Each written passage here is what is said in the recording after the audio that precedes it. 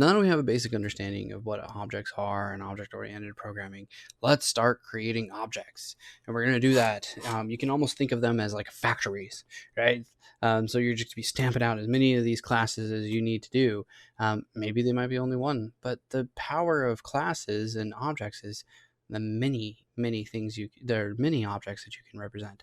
And so you just want to be able to stamp them out over and over and over again. It's almost like this ice cream machine that I found out here, right? You're just going to start pumping them all out and those types of things.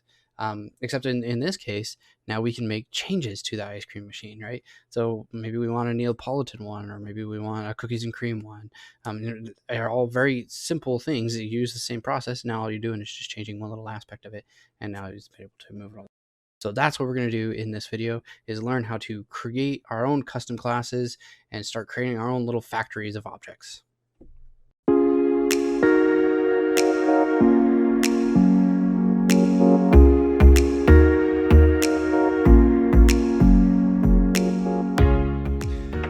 So when we create a custom class, it's very similar to like what we did with functions. There's a very specific way to create a class. We're going to use the class keyword, and then you have a space, and then it's the name of the class that you want.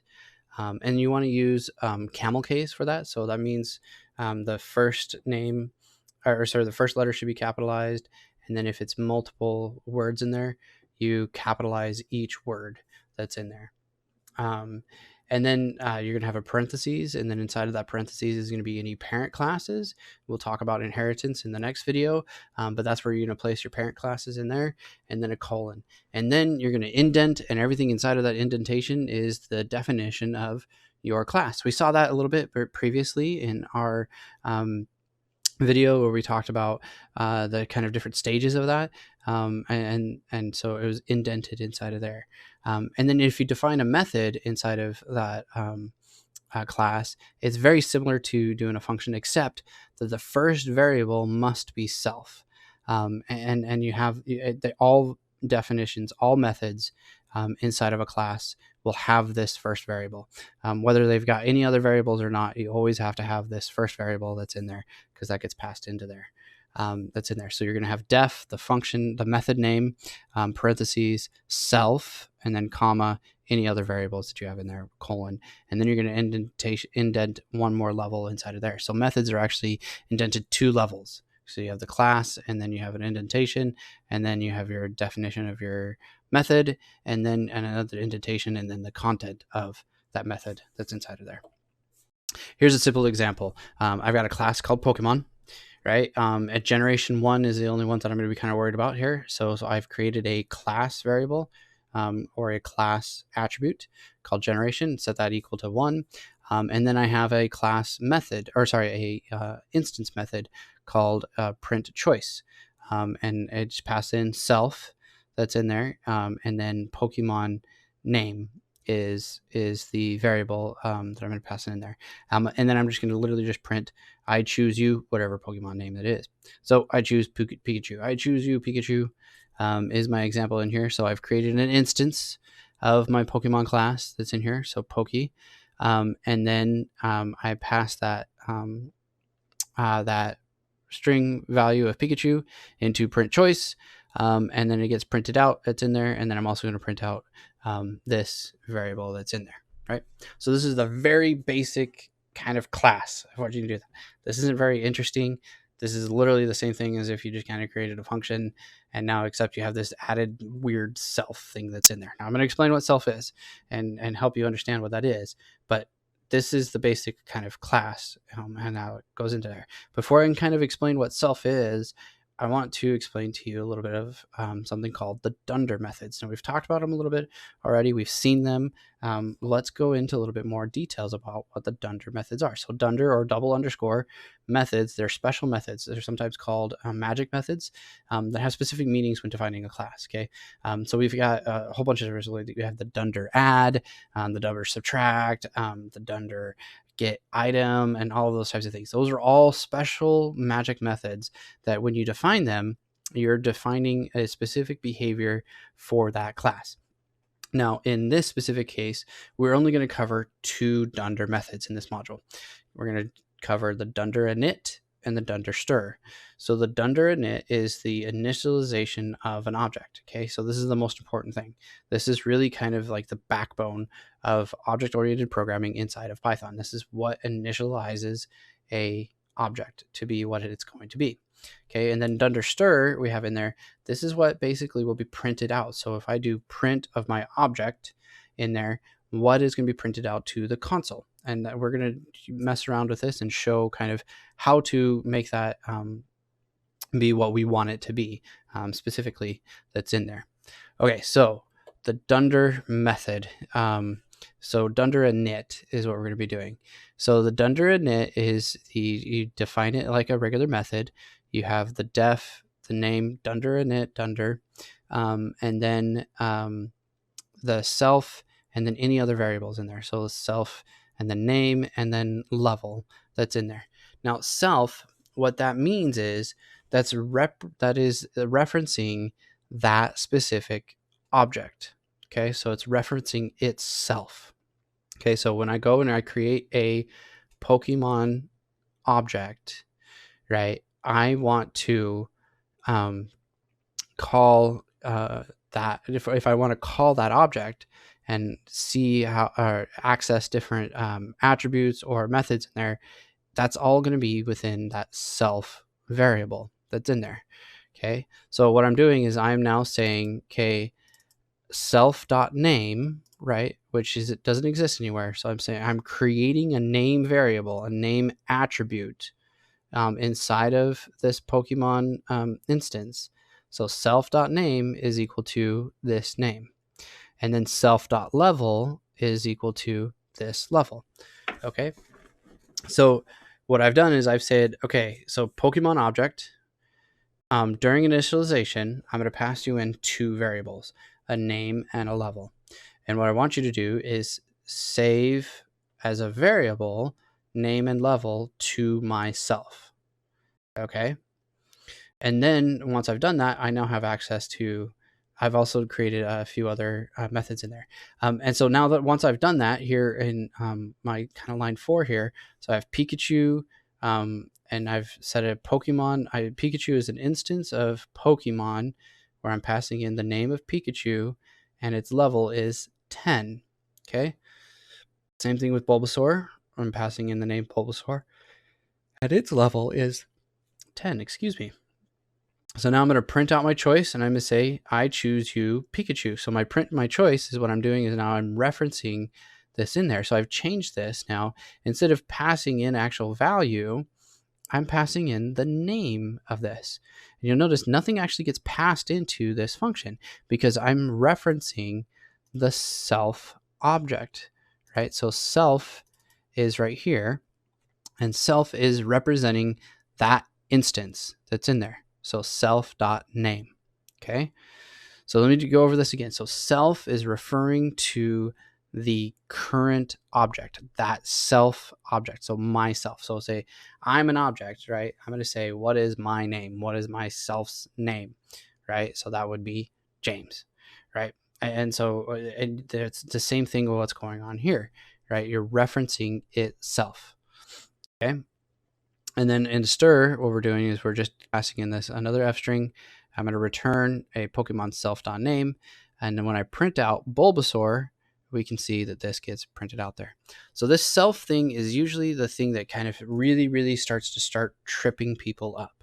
And you just got to really understand that this is talking about the object itself. Okay. So the actual object that you're working with. Okay. So, oops. Now, I want to talk a little bit about class and instance basics. So, there is a little bit of a difference here. Going back to my example here, this is technically a class attribute. Okay, and then these are instance attributes. Okay, because these are only defined once the object has been created, whereas this is available no matter what, even if the object hasn't been created. Okay. So a the class attributes and methods, those are always going to be available for all instances unless they've been changed by the instance themselves, and from actually the class itself, right? So we could actually do Pokemon.generation, and it'll print out a value of whatever we set it to be in that class definition. Instance attributes are only available for that instance, okay? And then class attributes and methods are really should be only intended for when it doesn't matter what type of instance you are. So if you have a class attribute, then what you're saying is that it doesn't matter what any of the other instances are doing or have. They could all have that be the same that's in there. Okay. So here's kind of a little bit more of a complicated example here, right? So we've got additional things in here. We've got name, level, my starting HP, my energy types, and then my moves, right?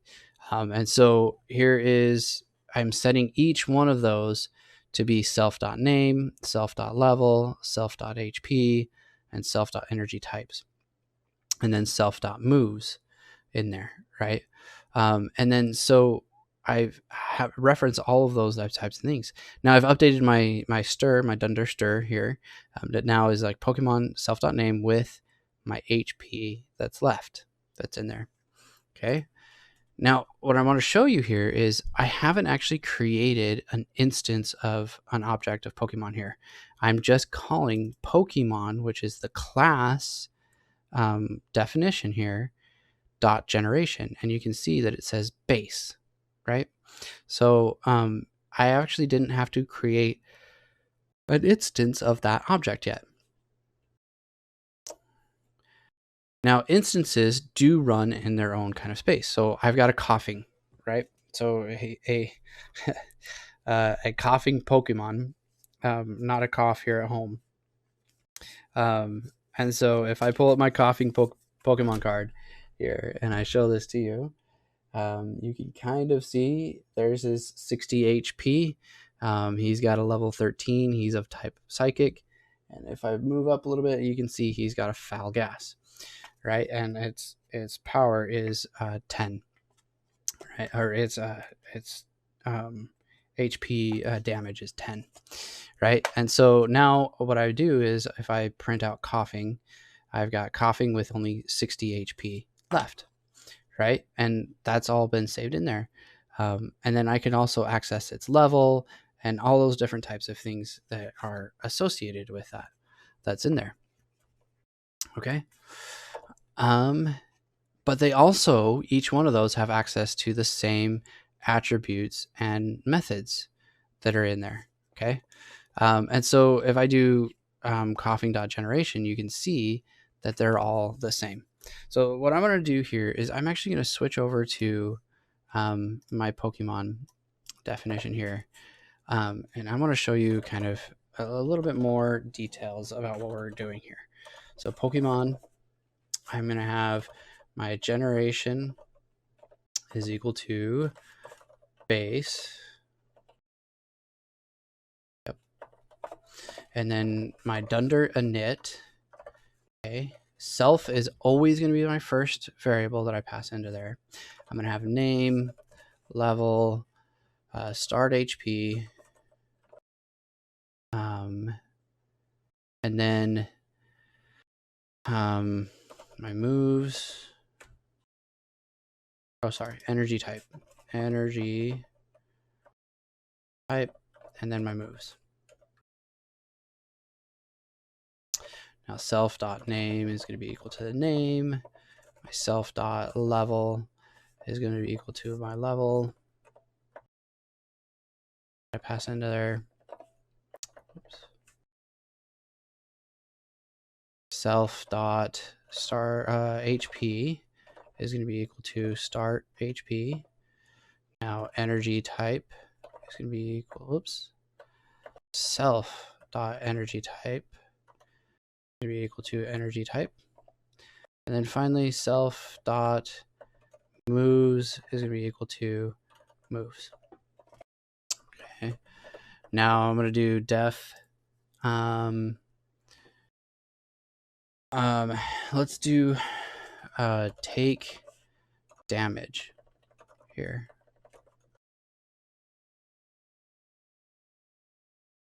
I'm just going to have self and then damage amount.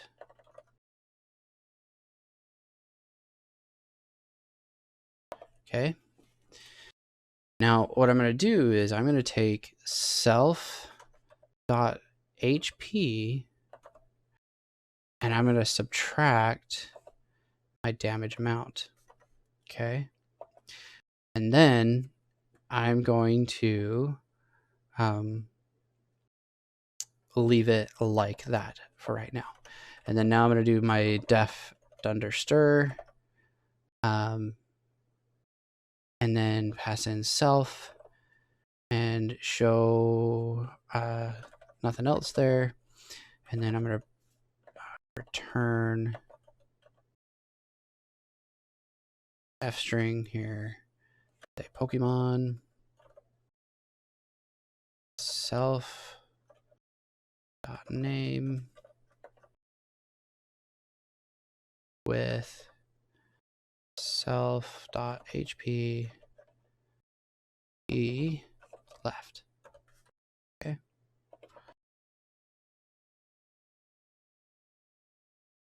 So I saved this. So now what I'm going to do is I'm going to create 2 Pokemon. So let's pick out my Pokemon here. Oh, let's see here. Let's do a Poliwag. So we got a Poliwag here, right? Okay. So I'm going to define my Poliwag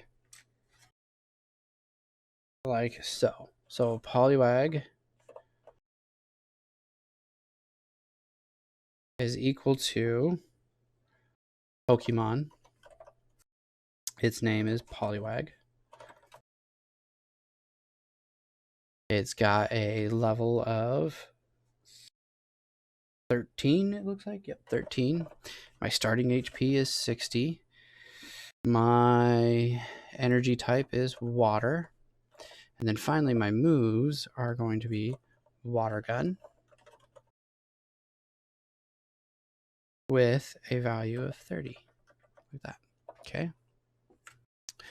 So then what I'm going to do is define another one. Let's pick out another guy. Okay. Let's pick out a Starmie. Okay. So here's a Starmie. All right. That focuses in a little bit better, hopefully. There we go. That's a little better. Okay, so you can kind of see what the Starmie looks like. Starfreeze is its move.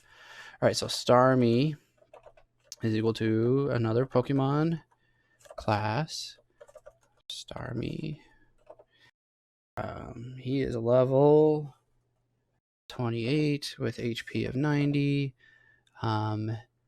Its energy type is water, and its move is Starfreeze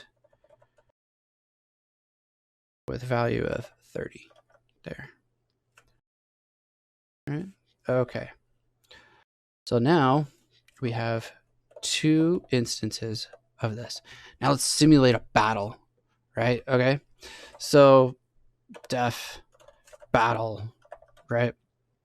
And we're going to do Pokemon, let's see, Poke1 and Poke2.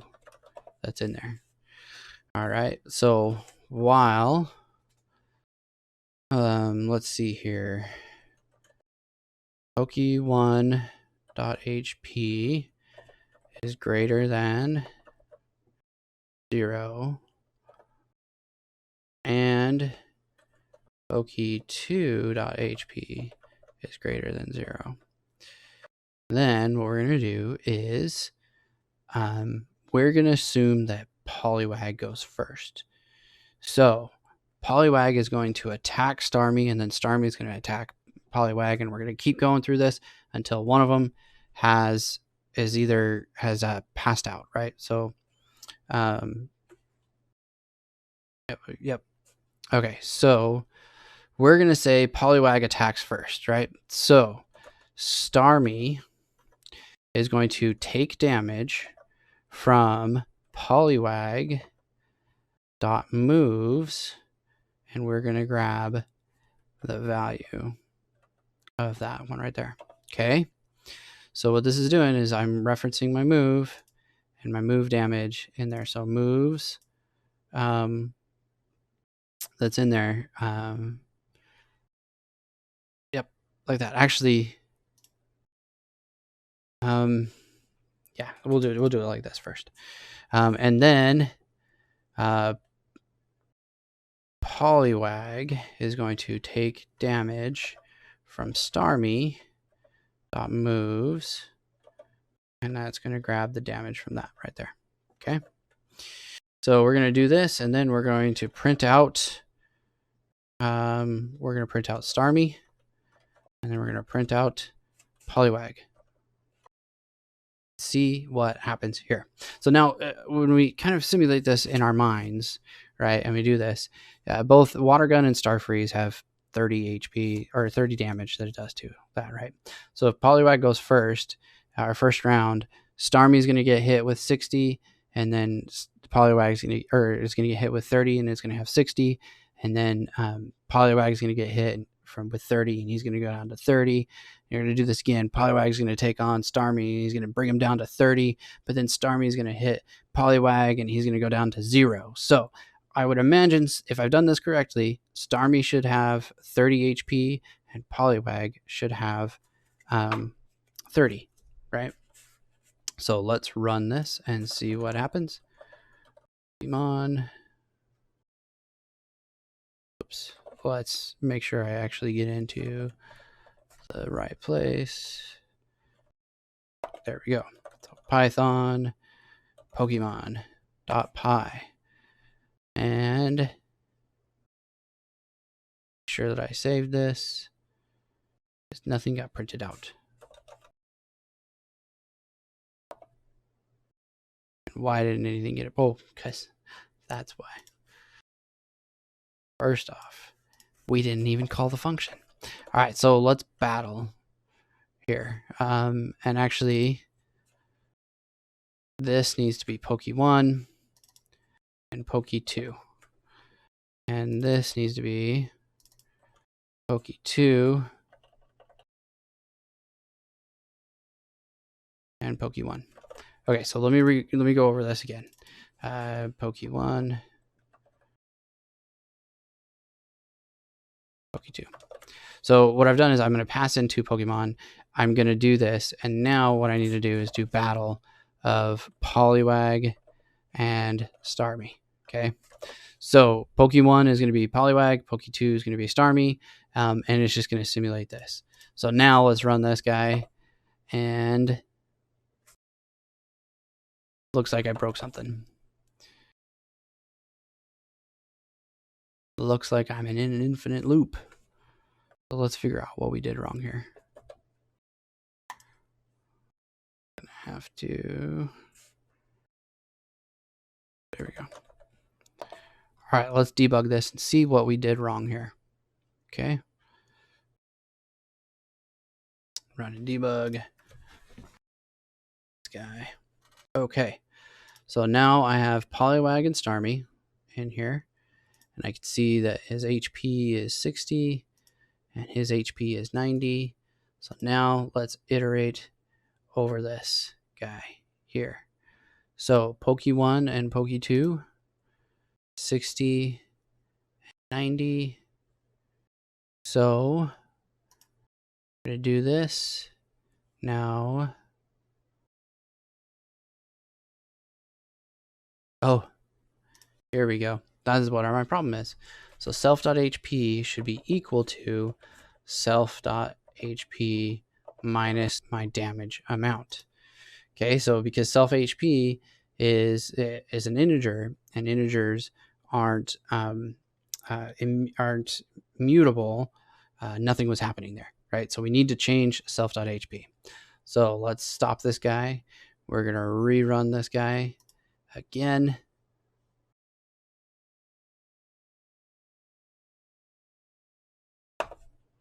And there we go. All right, that's exactly what we expected. Poliwag with HP left, and Starmie had 30 HP left. So that's a simulation there. So now you can kind of see here what we're doing here. So this take damage, what we're doing is we're passing in this take damage from this guy, right? And then we're dealing out that damage, and we're making changes internal to this guy right here. So when we start calling this, we actually don't care about how the HP gets calculated or anything like that. It's all handled by the object instance, right? And it changes, and it's different for each person or for each object that's working on in there, right? So that this is kind of a little bit more of a more complicated example to kind of show you the power of what we're doing here, of how we're able to kind of make this work. And we've created really quickly a battle situation, right, where two Pokemon are duking it out, and boom, here's how they're gonna work out, right? That so so that's kind of a good example with that. And so next up, what we're going to do is we're going to go over some exercises of some things that I want you to do for this. And then I want you to just kind of do this on your own. I'm not going to create another video that goes over these. So what I want you to do is take the Pokemon class and then add weaknesses and resistance attributes to it. So it's just going to be a list of strings representing the different energy types that a Pokemon may be weak or resistant to. And actually, don't make it a list, just make it a string. So it'll just be a weakness and a resistance. And so if a Pokemon has a weakness to it, of just say electric, then that's what it'll be. And if it's resistant to say like fighting, you're going to put that in there. And then what I want you to do is change the Pokemon class to what's printed to be the Pokemon name at level with level with HP left. Okay, so that should look like something like this. See, Pokemon Pikachu at level 10 with 90 HP left, something like that. Okay, and then finally, I want you to add a method that checks to see if the Pokemon has a user passed move. So for example, if I have an instance dot has move and I pass in this foul gas, I want you to return either a true or a false. So take some time to work on these for exercises and see if you can get these to work. And then from there, go ahead and figure those out. And then once you're done, what we're going to do is we're going to go over inheritance for working with objects and classes in Python.